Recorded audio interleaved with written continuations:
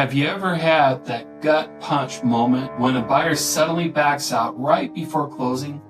It's one of those things every agent dreads, but how you handle it can make or break the deal, your relationship with the seller, and even your reputation. I've been there. It's frustrating, stressful, and raises one big question.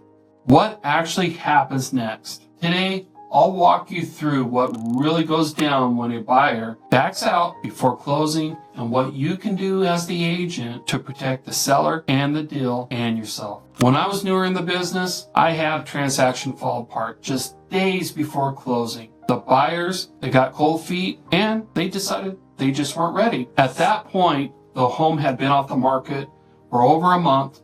The seller had packed everything and everyone was counting down to the day escrow closed. I learned quickly that as agents, we have to understand not just the emotional side of this, but the legal and procedural side too. Because how you respond in those next 24 hours determines whether you can save the deal, salvage the seller's trust, or end up starting all over again. Number one, understand the contract and contingencies. The first thing to do is go straight back to the contract. Every agreement spells out what happens if the buyer backs out and whether they're still within a contingency period. If they walk away before removing contingencies like financing, inspections, or the appraisal, they might still be entitled to getting their deposit back. If they've already removed all those contingencies, things change. At that point, backing out can mean forfeiting the deposit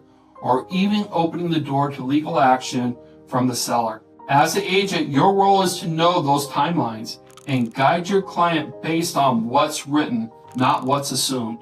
Number two, protect your seller's position immediately. If the buyer truly backs out, your first move is documentation. Get everything in writing. Make sure the cancellation notice and the earnest money instructions are signed. Then help the seller regroup. That means discussing whether to relist, remarket, or negotiate with a backup offer if you have one. This is where strong communication and calm leadership matters. Sellers often take it personally, but your job is to bring clarity, next steps, and not panic. Number three, learn how to spot red flags early. One of the best ways to avoid a last-minute cancellation is to see it coming.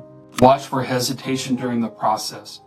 Buyers who delay signing disclosures, go silent after inspections, or keep asking about what-if scenarios. When that happens, pick up the phone, talk to the buyer's agent, reconfirm their commitment. Sometimes a proactive conversation can save a transaction before it unravels. Number four, keep your seller informed at every step.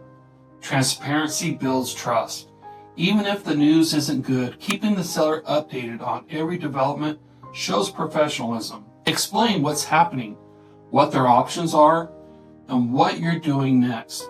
When sellers feel like you're in control, they'll remember that you handled a tough situation with confidence, and that's what earns long-term loyalty and referrals. Listen, deals fall apart, and it happens to the best of us, but how we handle them is what separates the seasoned professionals from everyone else. If you'd like to talk through strategies to protect your clients and strengthen your contracts, reach out. Give me a call, text, or email me. I'm always happy to share what's worked best for us.